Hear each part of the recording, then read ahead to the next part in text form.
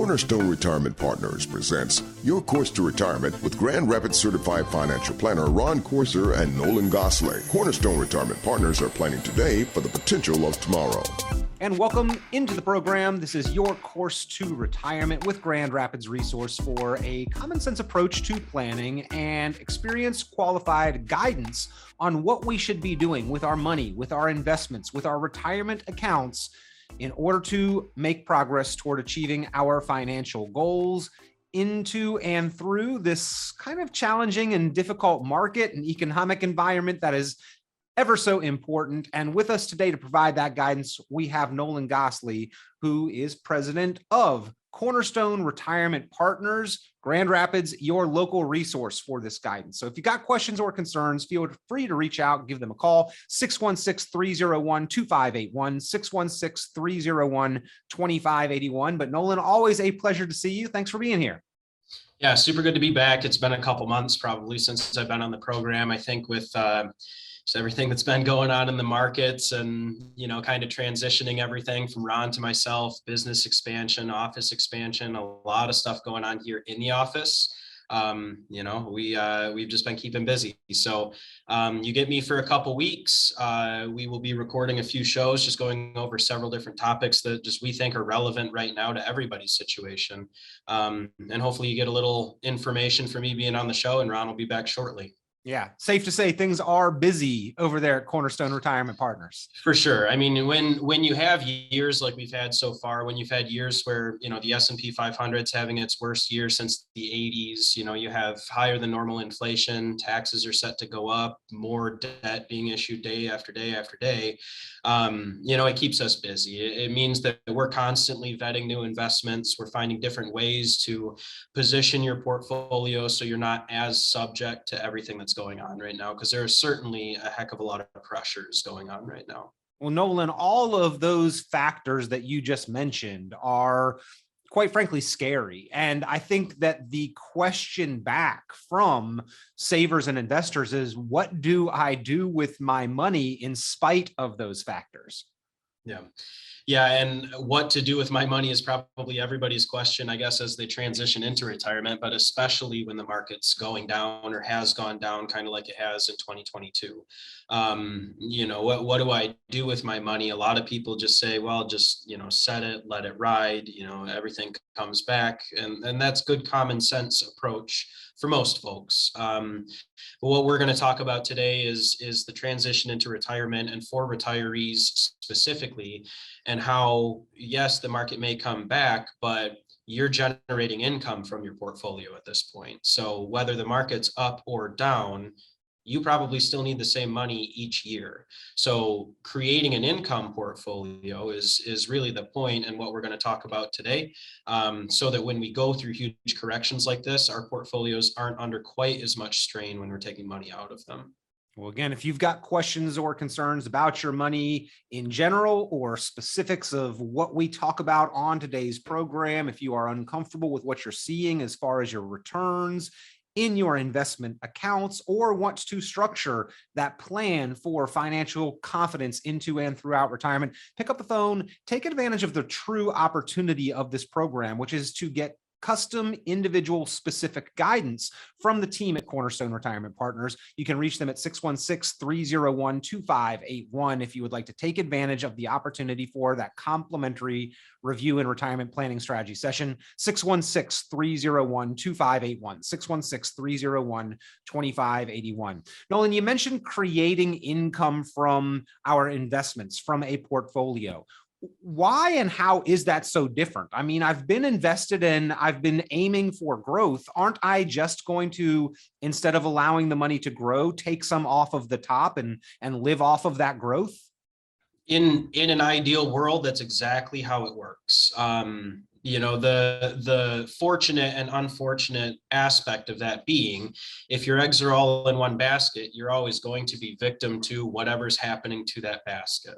So when we talk about developing an income portfolio, many people think it's just as simple as changing your stocks from growth stocks to dividend stocks, and changing your bonds from aggressive bonds to income-based bonds. you can make those changes and make those shifts, but by and large, most of those assets are going to have an incredible amount of correlation to what's going on in the markets. So, history tells us and good theories tell us that you can withdraw 4% off of your portfolio every year. And we'll probably talk about that a couple times today. It works well during good time frames like the past 10, 15 years. That strategy worked very, very well. The market was averaging double-digit returns, super good decade. But you go back a decade before that, from 2000 to 2013, and the S&P 500 was flat for 13 years during two major market corrections. So yes, your goal obviously is just to be able to peel a little bit off the top and not tap into your principal all that much. But if you're at significant risk with a large majority of your money, you're certainly victim to volatility and fluctuations for sure. And just kind of quick math, 13 years of a flat market taking out 4%, that's like more than half of your portfolio gone over that 12, 13 year period. How do you feel moving into the next decade of retirement? If that's Right. been kind of the first decade, what kind of confidence do you have moving forward after that? And maybe savers and investors say, well, that decade was an anomaly. The market doesn't move sideways like that all the time. In fact, it wasn't sideways. It was down and then back up and down and then back up. It was kind of a yo-yo. So it may even be worse than what the quick math indicated. But Nolan, that wasn't actually that much of an anomaly. Periods like that do happen more frequently than we're really told about or educated on, don't they? Well, the market anomalies that we hear as anomalies are barely ever anomalous. I mean, these are things that have happened throughout all stock market track record in history. It's an anomaly for the market to go up 32% in a year, but that usually happens every 6 to 8 years. Is there's one year that there's usually a pretty good one. People think it's an anomaly that the market goes down. Well, there's usually a down year every 4 to 5 years in the market, and that's pretty consistent across all market history. So, there are rules in these things that, we kind of assume are going to happen. And then our job when we're preparing our portfolios and when we're preparing to retire is, how do I avoid as many of those potential pitfalls as I can, just to secure as much income as I possibly can? I got Social Security, I have pensions, I have this big old lump of money that I've never, ever thought about taking income from before, and I simply don't know how to do it. And do now I take it from my, yeah, IRA first? now I'm going to take IRA income first. from it. Yeah, right. Like IRA, Roth IRA. When do I take income? When do I take Social Security? Things that people just don't typically think about while they're working. And the paycheck, the fact that we showed up to work, earned an income, that supported our ability to pay our bills, but it also is what supported our ability to weather those anomalies of down markets during our working career that maybe we just kind of glazed over and hardly even noticed when we had the paycheck, but they're going to be significantly more noticeable if we are living off of the investment portfolio. So Nolan, you mentioned kind of a shift in portfolio that may be prescribed, that may be suggested, moving from more growth to value or dividends, moving to more bonds or fixed income. There are certain types of products and certain types of strategies and approaches that are actually better suited for generating income in retirement. Yeah. And I mean, I think that's just a good topic for us to spend a lot of time on today. One of the things that, is pretty much a way to self-fund a pension or self-fund some fixed income for yourself, like a pension, is just through the purchase of an appropriate annuity product. We're going to get into several different types today, a whole lot of terms. It's kind of going to feel like you're just listening to a glossary probably as we go through this. But when we talk about different annuities, there's a lot of good opinions. There are a lot of bad opinions. Every carpenter has a tool belt, but they don't use every tool, every job. So what we're doing is we're just simply trying to give you tools to maybe make a more stable retirement portfolio so that you're not at risk of, what's going on right now, or if inflation stays elevated for an extended period of time, or if the taxes go up in a couple of years or whatever. So it does provide stability in that regard, and it's a wonderful income generator for sure. I think you're right in that there's a lot of good opinions, a lot of bad opinions. The thing about annuities is those opinions seem to be so polarized. I hear certain sources and people talking, sounding like it's the best thing since sliced bread. It's the solve all, end all, be all of all you'll ever need. And then you hear other people saying you shouldn't consider them ever for any reason. Why are there such extreme and polar opposite opinions about annuities? And it seems to be relatively little to no middle ground. Well, I think a huge part of it's just education. And I mean, that's why we're here today. It's just teaching you about the different types. Not every annuity is the same. Not every mutual fund is the same. Not every stock is the same.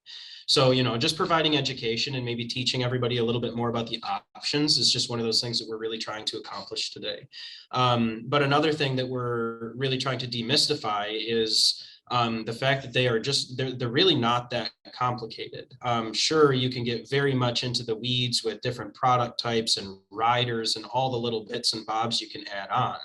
But your goal is really this. You either want your money to be principal protected, or you would like meager growth, but that principal protection is important, or you just want to generate a ton of income off of a pot of money that you've accumulated, and you want that pot of money to be there in 5 to 10 years. So that's really what they're built for. A lot of people can generate income from portfolios in a lot of different ways, but yeah, today specifically is just how to structure your retirement income so that you're not subject to just one type of risk, and that's systemic risk, market risk is what we're talking about. Protection of principal in a down market or difficult economy. Who doesn't want that? Ability for growth on that principal, and then protection for income. Those are kind of the benefits of what an annuity does well. The complicated part, though, Nolan, as you mentioned, sometimes they are known or notorious for being complicated. I compare that to like a mutual fund with the 100-page prospectus that nobody ever reads. If you want to know complicated, like try to figure out the inner workings of a mutual fund. But the uncomplicated part about a mutual fund is if I don't like what's happening, if I don't like my experience, I can get out relatively quickly and easily. And that sort of is the complicated part of annuities, if I'm not incorrect.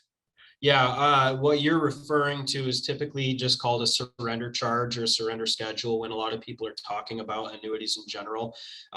It's simply the time frame that you sign up for when you open the product, much like when you open a CD and they say, hey, you got to keep your money here for 2 or 3 years. It's the same agreement with an annuity company. So it's known up front. It's actually not that complicated. Right. I think, yeah. And again, it gets back to the education part of it, and it gets back to just making the proper disclosures and making sure that the sale is accurate, and it's in as good of interest as the client as you can possibly make it.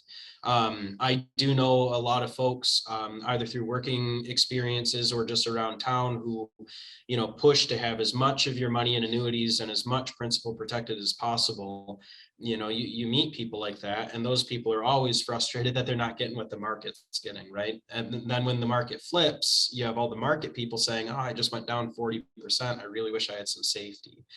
So you do get either buyer's remorse sometimes, or you regret not buying it at the right time. But it's always a good opportunity to look at it. Annuity companies are constantly making products more competitive and more adaptable to the current conditions. But all in any approach, whether it's all in on one stock or one mutual fund, or in mutual funds in general, or all in on an annuity, or all in on a hand of poker, usually not the best approach to go all in on anything. So you need to know what each product, each tool does well, what its disadvantages are, and then weigh carefully what role that purpose could play for your financial goals and objectives. And if you'd like help weighing and evaluating what you own, discussing your goals, and what specific financial approach can help you achieve them, give a call to the team from Cornerstone Retirement Partners, 616-301-2581,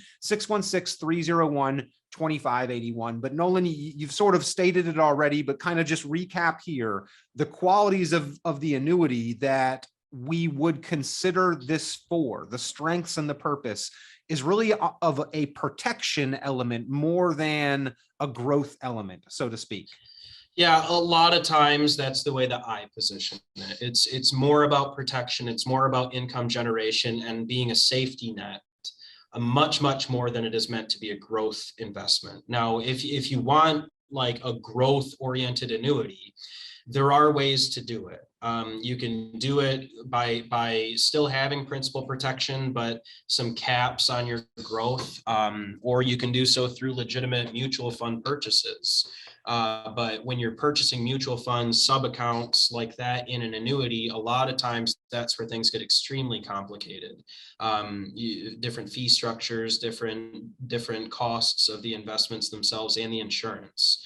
So we'll get into fixed and equity indexed and variable annuities in a little bit, but yeah, they can certainly get complicated very quickly.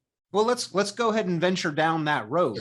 One of the reasons I think annuities are pretty famously or infamously or notoriously complicated is because there are different types, right? And the different types may have different qualities or do different things. So if you get them confused and mistake one for the other, or you're talking about a certain type and then you get into a different one, that's going to cause some difficulties. So if you would, kind of from the annuity basics 101 level, what are the different types? What do we need to know about their breakdown and what they do? Sure. So when describing it, I always just try and put annuities into three different categories. There are thousands of products, but there are three basic categories. The first one is fixed. These are often called MYGAs, minimum yearly guaranteed annuity. These are products they function very similar to a CD. You take out a product for 3 years, 5 years, 7 years. They give you a stated interest rate. You can either take that interest out every single year if you'd like to, or you can just keep it in the account and let that interest compound. But it's legitimately what it sounds like. You sign up for a 3-year contract, you put money into it, you earn a stated amount of interest that it's guaranteed by the insurance company not to go down. And then at the end of that 3-year period, you get your money back. And as long as the insurance company hasn't gone bankrupt, which very few do, and insurance companies are very financially stable, but we only use A+ rated companies anyway. But if the company ever goes bankrupt or anything like that, I think we have a lot more to worry about. So most times with fixed annuities, that's about as simple as it gets. Very similar to a CD. If you take the money out early, there's likely going to be a penalty, just like there would be with a CD of some type. So depending on the product, that varies.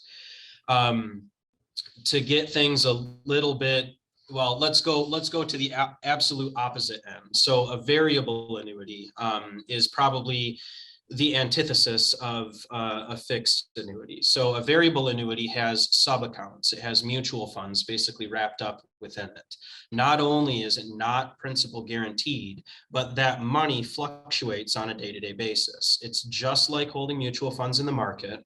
The benefit of a variable annuity is the guaranteed lifetime income. So it will still give you guaranteed lifetime income, but the cost of that insurance oftentimes is in excess of 2% per year. Oftentimes when I'm doing like cost analysis on a variable annuity, people are paying in excess of 3% a lot of times. So variable annuities are where things get extremely complicated. It's like holding mutual funds in an insurance product, variable in value, variable in interest rates, variable in income, very unpredictable. So right in the middle of those two, and maybe a little bit more towards the fixed annuities, are what are called indexed annuities. These ones have all the same principal protections and basic understanding that a fixed annuity does, in that you put money in and it's guaranteed not to go down in value.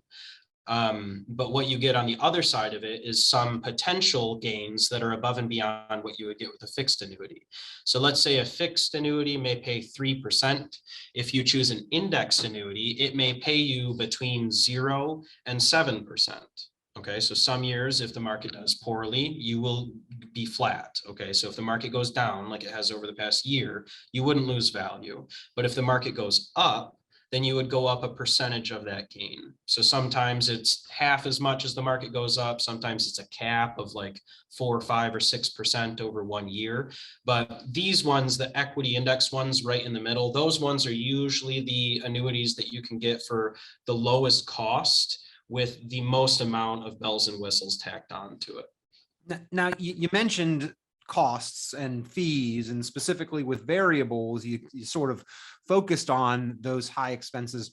That is one of the things that I think I and many people have heard about annuities, is that they are expensive. They do have high fees, high costs, high commissions. Is that true for all annuities, or are there some where that is not really the case, or maybe a negligible factor? Sure. So it's true for most variable annuities. I mean, very few variable annuities that I've ever seen are the fees low. Um, they have what's called a mortality and expense fee. They have administration fees. They have sub account fees for the investments themselves. And then if you have a manager on that account, that manager probably has a fee as well. So So, that's how you kind of, mutual funds, insurance, fees of various types, that part of it does sound complicated. Is that yeah. where annuities often get that reputation of being so complicated? I would say a lot of times, yeah, it's when you get into the complicated fee structures and it costs, a lot more than you thought it would when you signed up for it. To stick on the cost conversation on the other side of it, we talked about fixed annuities first. I've never seen a fixed annuity with a fee. Most times when a client's buying a fixed annuity or an indexed annuity, they place money with the insurance company. The insurance company pays a commission to the agent. But the money that you put in on day one is there on day one. So it's not like that commission is directly paid by you, the investor. Now, the con, of course, is the surrender charge, right? Like if you take money out, you get penalized. So that's how they would make their money back for, paying a commission up front. But anyway, the fixed annuities, and I would say 99% of the indexed annuities I've ever used have no fee whatsoever. So the investments themselves within the account don't have a fee. There's not an annual fee for managing the account. We would simply be paid a commission up front. I try and disclose that to everybody if I know it ahead of time, but I don't usually look at it ahead of time. So we need to understand that those costs, though, and at least what it sounds like to me with the fixed annuities, which have a stated interest rate, they're sort of like CDs, was the parallel that you made. It's not like I'm having to do some advanced math where, well, if I'm making this percent, but I have to subtract out this cost, this expense, this commission, I'm only actually getting this. What it says is what I'll get. And that sounds like a pretty plain, uncomplicated financial vehicle, the way that you've described it. Yeah, it can be as simple or as complicated as people want to make it. I'm a keep it simple kind of person. If you're going to be investing money, I don't think it should be overly complicated, and you should have a good grasp on the assets that you own. I don't know, a lot of my experiences is just with people that, their investments are too complicated, or they've had something for too long and don't know enough about it anymore. And I mean, it's not responsible of the advisor. It shouldn't be on the client to know everything, but you should definitely have a good grasp on the assets you have in your portfolio. Well, that middle world that you described of the indexed annuity seems to be kind of the buzzword or the annuity flavor of choice of late, the one that we seem to be hearing a lot about. So is that really a beneficial, worthwhile consideration for somebody's portfolio? Well, I think so. I think so because we use them. I mean, I wouldn't use it if I didn't think that it worked. I sat down with a client earlier today who, we have a good chunk of his money in a fixed index annuity. He's got multiple income streams, Social Security. He has market-based investments, but the market-based investments are a small piece of his overall portfolio, and that stuff is designed for growth. So he doesn't plan on touching that money for 5 or 10 years. So everything that's happened over the past 6 to 12 months hasn't really affected him, because he still has this big pot of index annuity money where once he retires and it's time to start taking that income, he can trigger that right away. And as soon as that income starts coming into him, it never, ever goes away ever again. Now, we premised the show, Nolan, saying that we would be talking about creating retirement income. So of those available options that you described there, the different choices and flavors of annuities, all of those sound like they do have an element that is specifically geared for income generation. Yeah, in some capacity, with a variable annuity, you do have income guarantees, but they're a little more costly and a little more unpredictable, as a general rule. The fixed annuities are probably the most predictable because they have a stated interest rate, and that interest rate cannot go anywhere. The income indexed annuities, that middle portion, when you're buying an indexed annuity, you can buy it for either two reasons. Just one, for capital appreciation, growth, but protected growth. It would be meager, kind of like a bond, but with none of the downside. Or you can buy it specifically for income. I would say there are probably two main types of indexed annuities.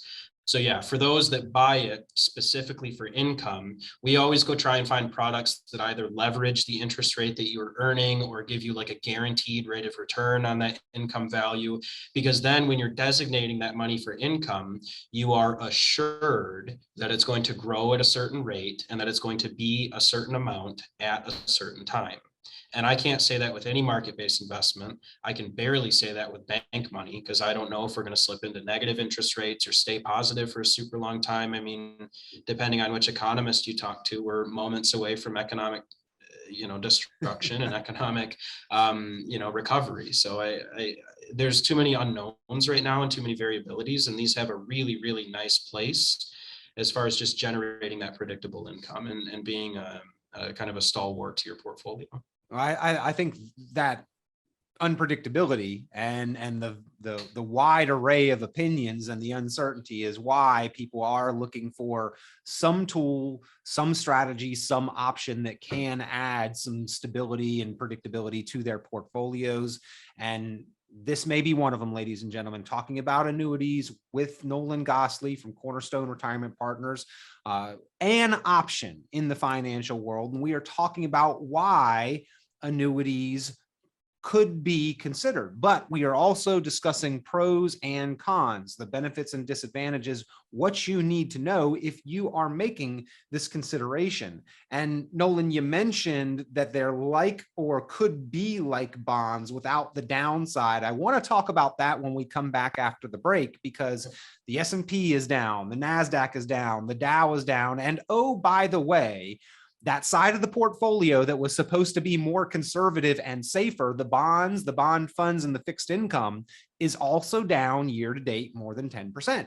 And that's caught a lot of people by surprise. So let's come back and talk a little bit more about why that is and where we might be able to address or remedy that situation. But ladies and gentlemen, if you've got questions or concerns about your money, about your accounts, your investments, your plan for retirement, pick up the phone, give the team from Cornerstone Retirement Partners a call, 616-301-2581. They do offer a complimentary review, a retirement planning strategy session. They'll help you put together and construct your income plan for retirement, and analyze the risks that you're taking, the fees that you're paying, and show you strategies where you may be able to minimize taxes on some of your retirement dollars and income. So pick up the phone, give them a call, 616-301-2581, 616-301-2581. Quick break. We'll be right back with more on Your Course to Retirement in just a moment.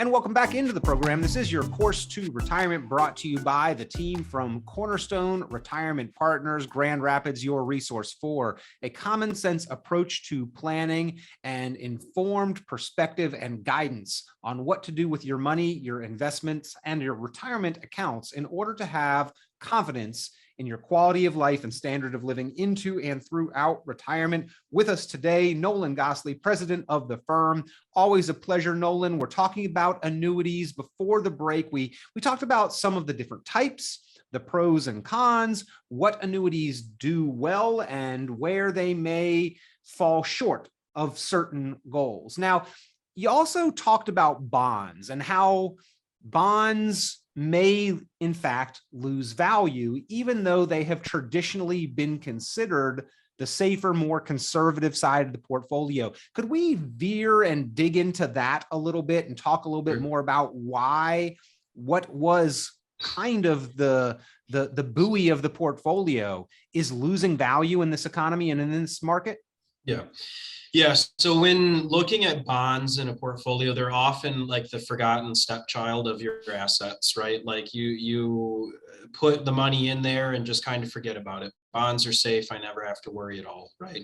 If you're paying 1% or 1.5% for managed money and you have money in bonds over the past 5 years, you may not have gained any money in bonds. I mean, just because of the volatility this year and just this tremendous spike that we've had downward, it really erodes a portfolio. It's supposed to be the safety net. It's supposed to be the piece that doesn't move all that often.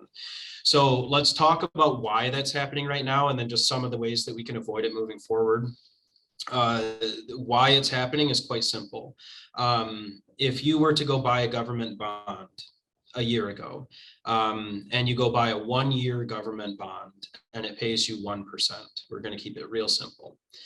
And then because inflation's high, because we printed $10 trillion worth of money, because taxes are set to go up in a couple years anyway, the Fed decides that they want to tighten monetary policy, which is what's happening right now. So modern monetary theory, when you tighten monetary policy and tighten access to money, you do so by raising interest rates. And that's been like the big thing this year, the Fed's raising interest rates. A lot of people learn the term hawkish in a time like this, because it basically just means that the Fed is on top of these interest rates and changing it to try and suppress inflation as fast as they can. They've also stated that they want to keep inflation high. Okay, so they want to keep inflation high, but they're raising rates to keep it in a tolerable level. So let's get back to your bond that you purchased. So you purchased that bond, it's paying you 1%. If the Fed comes through and they say, okay, we're going to raise interest rates 0.5%, which is what they recently did, and then they raised it 0.75% again after that. But we're going to raise it 0.5% from 1 to 1.5. Now, you still own your 1% bond. All new bonds are going to be issued at 1.5%. So is your 1% bond worth more or less now that people can buy bonds at 1.5%? I want one of the 1.5% instead of the one that's paying 1%. Yeah, I want new bonds. I don't want your bond. Your bond is worth less to me than new bonds I can go buy on my own. So now instead of your bond being $1,000 per bond, maybe it's 900. Or 950 or something like that. So you start to erode some of the value of your current holdings as we go through a time period like we're going through right now, where the Fed is raising interest rates, and they are raising interest rates more aggressively than they have in quite some time, which is why you see the bond market retracting so much. Interest rates go up, bond values go down. It's an inverse relationship, and it's about as simple as that.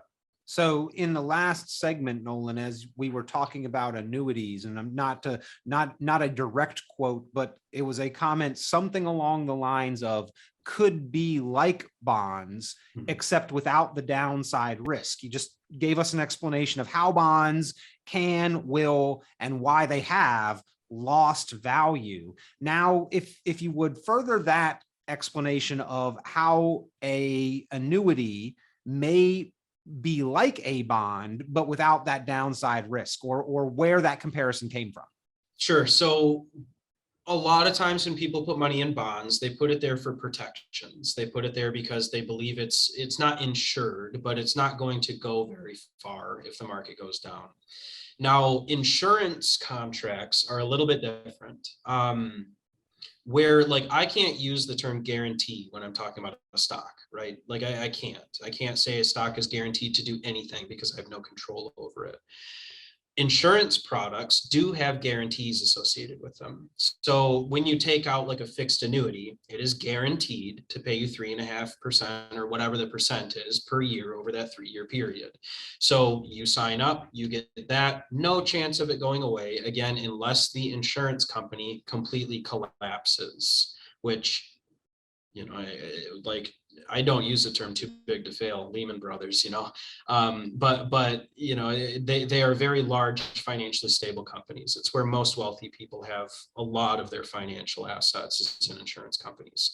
So insurance companies do have the ability to put guarantees on these products, and the guarantee is as good as the claims paying ability of the insurance company. And just to put some additional perspective on that last comment, as I understand it, Nolan, the insurance industry was actually actually what bailed the banks out to a large extent during the Great Depression, because they had money even when the banks didn't. Well, right. And a lot of that has to do with reserve requirements too. Insurance companies have incredible reserve requirements. Like they have to keep, there's a weird stat. I used to work at one of these insurance companies, but there's a weird statistic, like each insurance company has to have $1.01 for every premium due to that insurance company over the next 12 months or something like that in cash reserves. I've heard it put like that they operate like a casino. If they've got $1 million in chips out on the floor, they better have $1 million behind the register. Right. You've got to be able to pay it out. Right. You have to be able to pay it out because it's insurance. Right. The FDIC has insurance too. They have guarantees up to $500,000 in a bank. You have these insurances, which, by the way, stands for Federal Deposit Insurance Corporation. It is actually right. The irony is that the insurance industry is still backing up the banks, right? Even though, exactly. And I mean, your insurance isn't FDIC insured, but you're with an insurance company. So if insurance companies are insuring the federal government, then it's probably a pretty decent place to put money. All right. So anyway, that to me is how they are able to maybe generate some of those promises, generate some of that stability. I mean, it is based on the claims paying ability of the insurance company, but we usually just try to stick to like a few or several smaller carriers, or if they are national carriers, we just like to make sure they have good products that have integrity with their rates. So what I mean by that is you don't sign up for something in year one, and then by year 3 of holding on to it, the rate is half of what you signed up for. We like to keep that multi-year guaranteed, concept in place. So if you sign up for 3 years, you're getting that rate for that 3-year period. And the return of premium important, or the return of principal, unlike what we're seeing with the bond market right now. And I think that caught a lot of people off guard when they say, hey, I've got this traditional investment allocation, a diversified portfolio, modern portfolio theory. I'm 60% in bonds or fixed income and 40% in equities. They're kind of okay with the 40% side fluctuating, especially when the market's going up. They're okay with that, but they understand that there may be some risk with that side. But I think what was unexpected to some extent, or at least caught many off guard, was that bond side of the portfolio, on top of not earning a whole lot of interest for the last 5 years, which you mentioned, also could potentially lose value and down as much as 10% this year on the bond fund and fixed income side of the portfolio. So I have seen studies and reports and papers, Nolan, saying that annuities actually make a rather attractive bond substitute for your overall portfolio. Yeah, and when I use them and when we're placing them, it always comes down to client preference as far as what risks you're willing to take with that portion of your portfolio.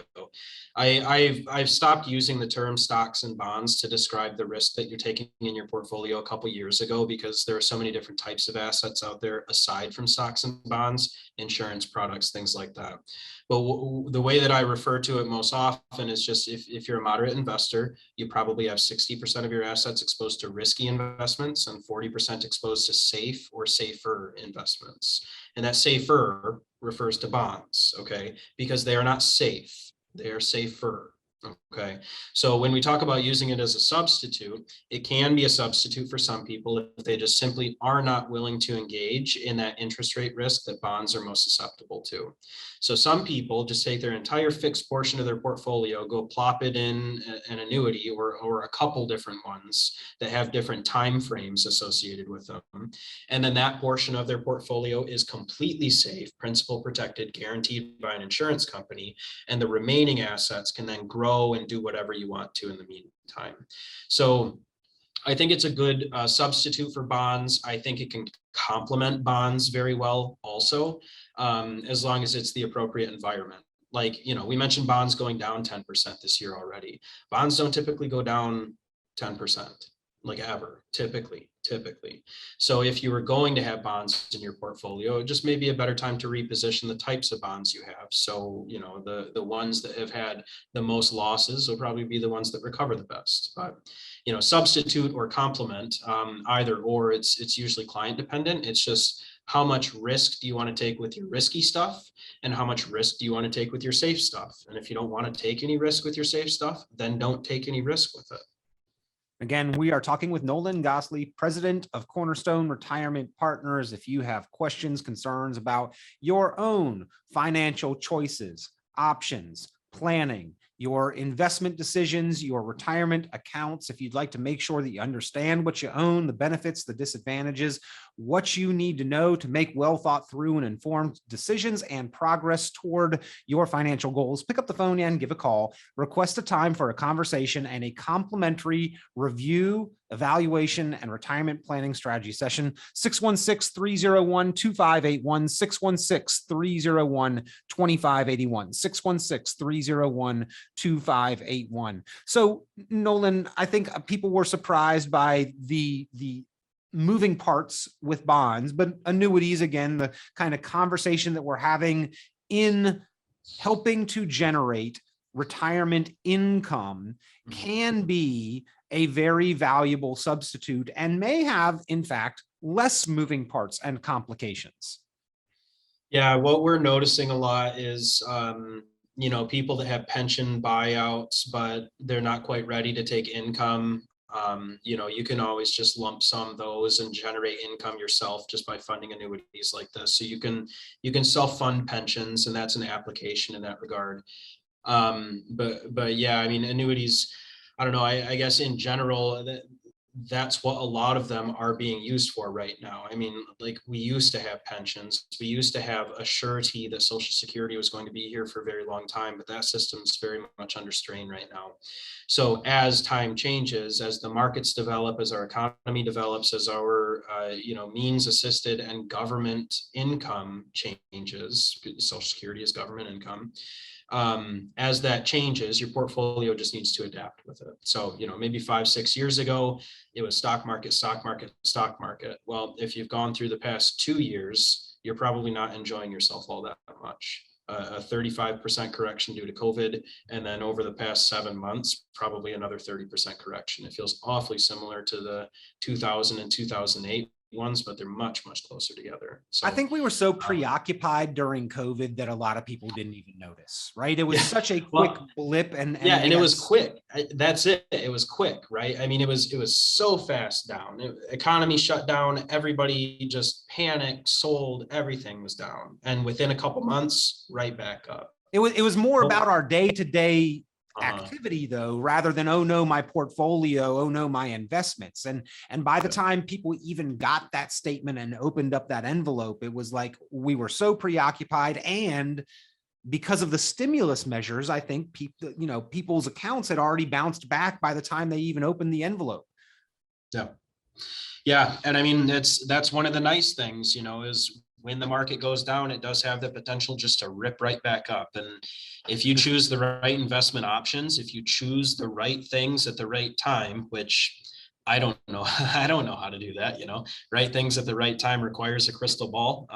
And I've never even found one, much less had one like in the shop or not in my office or anything like that. So yeah, all the cliches of the financial world about the broken crystal ball, right? It's how do you want to address risk?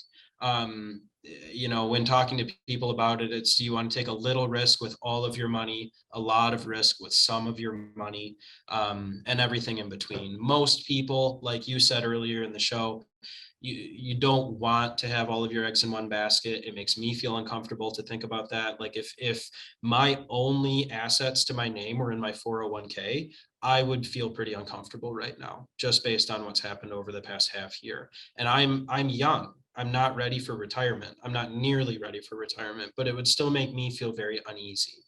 So I cannot imagine being in somebody's shoes who's 2-3 years away from retirement. They open up their accounts in June and they see, oh, I'm down 25% this year. I was planning on retiring at the end of the year. That needs to change. You spoke earlier in the program, Nolan, about the 4% rule.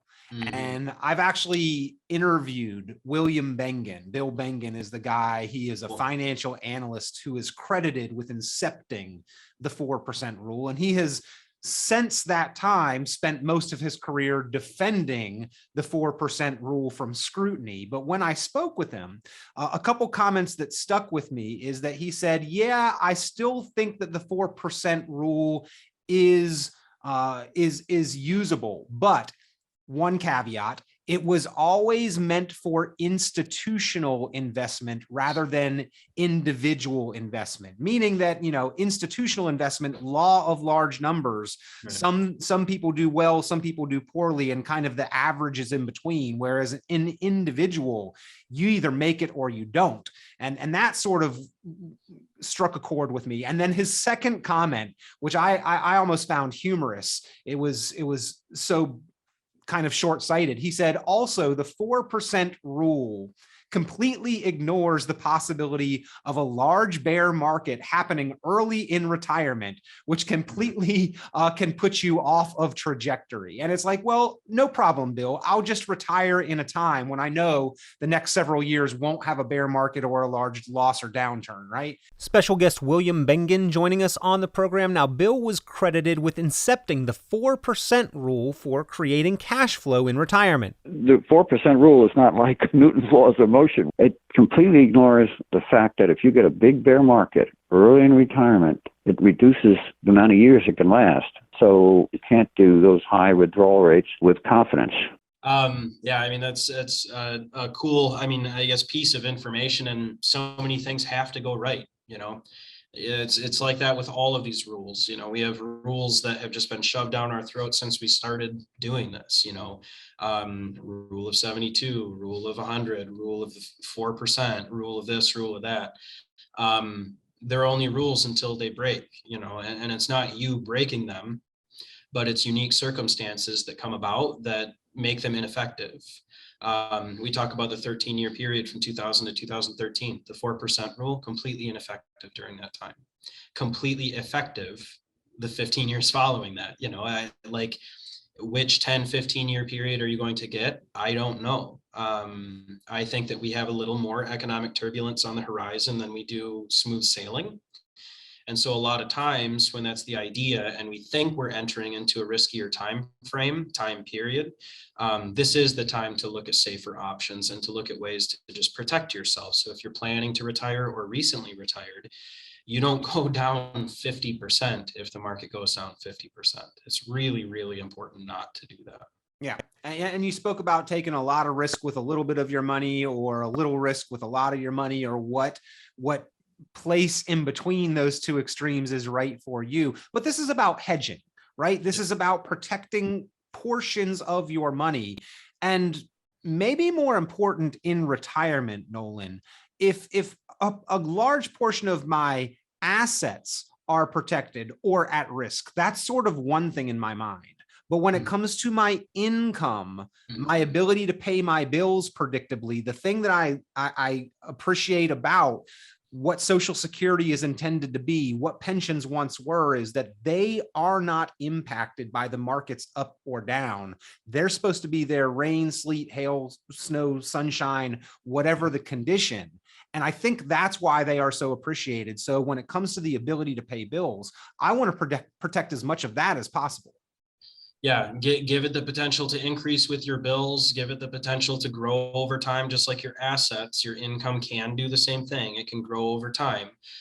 But you just really need to be very diligent with how you decide to choose where you're going to be taking income from and what risks you're willing to take with that money. If it were me and I were retiring, I would secure as much income as I possibly could as soon as I could possibly secure it. After I've secured all the income that I could need, then I can take the rest of my money and go have fun with it. I can put it at risk in the market. I can go buy cryptocurrency as a retiree. Like, those things open up not as good decisions, but as possible decisions, because you've now secured your income. So it's all about risk. It's all about what risks you're willing to take with your money, and what guarantees you would like to give yourself. Because it is important to insure as much of that income as you possibly can. And insuring is the key word, I think, of this whole conversation.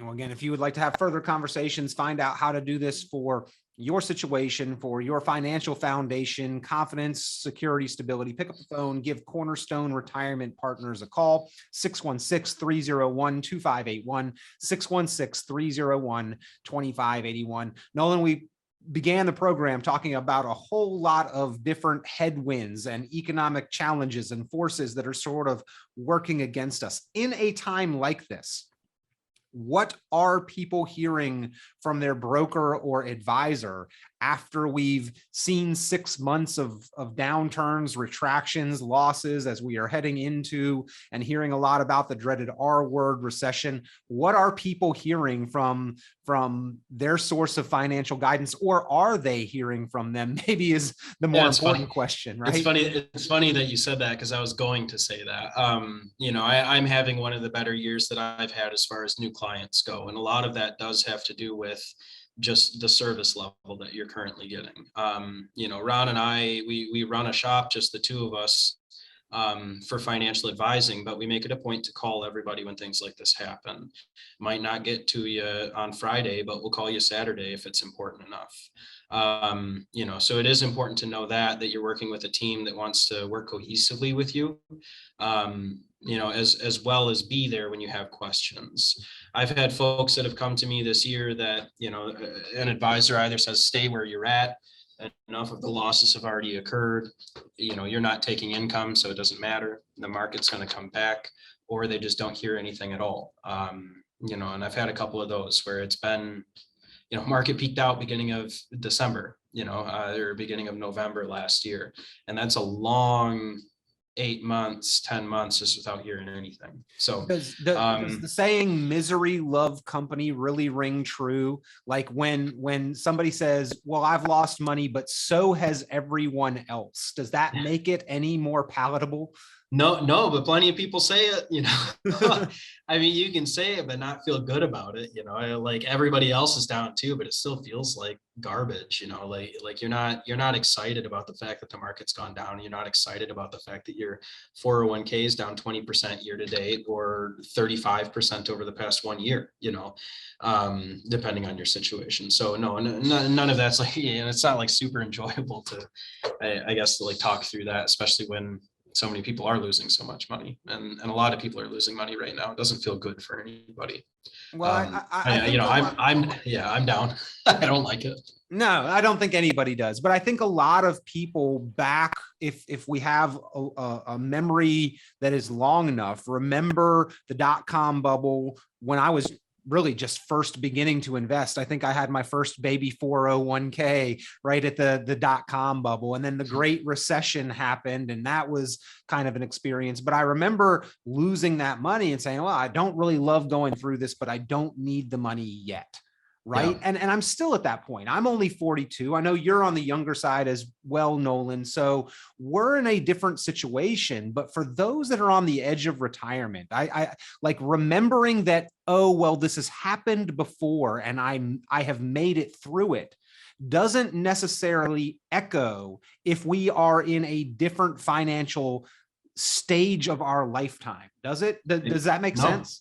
Yeah, I mean, our life changes, and every single one of these corrections is totally different. Where the stressors are coming from, how they're affecting your portfolio, every one is different. So yeah, your situation is different now than when you originally first started investing. Your situation when you're entering into retirement is vastly different. And so it's not like your portfolio needs to be completely revamped, but it probably needs to be a little bit different just to accommodate your different lifestyle.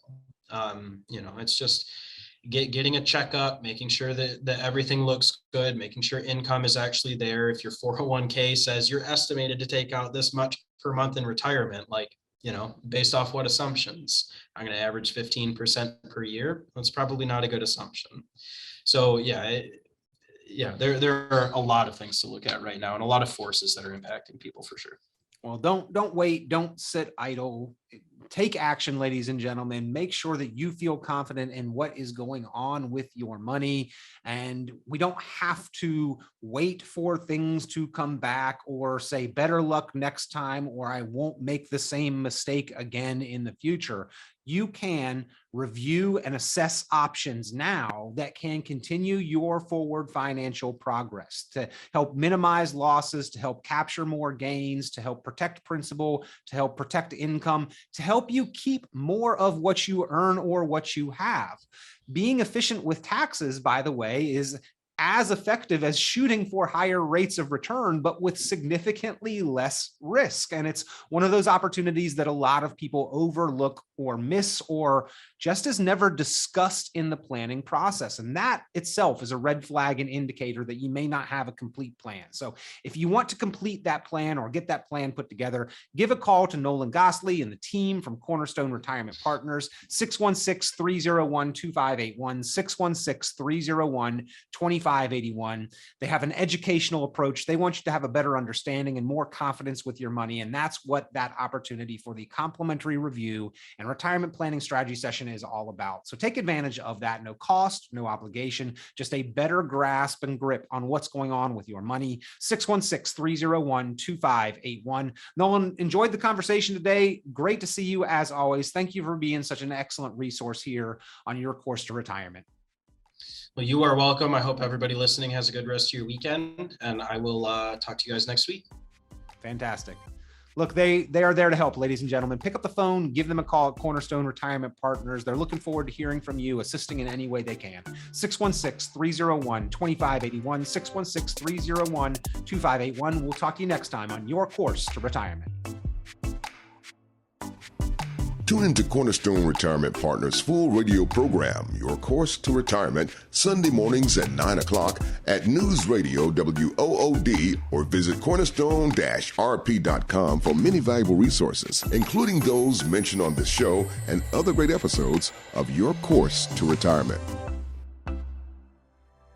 The content of this radio show is provided for informational purposes only and is not a solicitation or recommendation of any investment strategy. You are encouraged to seek investment, tax, or legal advice from an independent professional advisor. Ed Slott's Elite IRA Advisor Group is solely an indication that the financial advisor has attended training provided by Ed Slott and Company, passed biannual examinations on material covered at conferences and in webinars, and met other membership requirements, and does not constitute an endorsement of any kind. Ed Slott's Elite IRA Advisor Group members pay a fee for the educational programs that allow them to be included in the Ed Slott's Elite IRA Advisor Group. Membership does not guarantee investment success. Fiduciary duty extends solely to investment advisory advice and does not extend to other activities such as insurance or broker-dealer services. Advisory services offered through Brookstone Capital Management, a registered investment advisor. Advisory clients are charged a quarterly fee for assets under management, while insurance products pay a commission, which may result in a conflict of interest regarding compensation. Any investments and/or investment strategies mentioned involve risk, including the possible loss of principal. Any comments regarding safe and secure investments and guaranteed income streams refer only to fixed insurance products. They do not refer in any way to securities or investment advisory products. Annuity guarantees are based solely on the financial strength and claims-paying ability of the issuing company. Withdrawals or growth from annuities may be taxable as ordinary income in the year it is taken. Individuals should review contracts for specific details of the products featured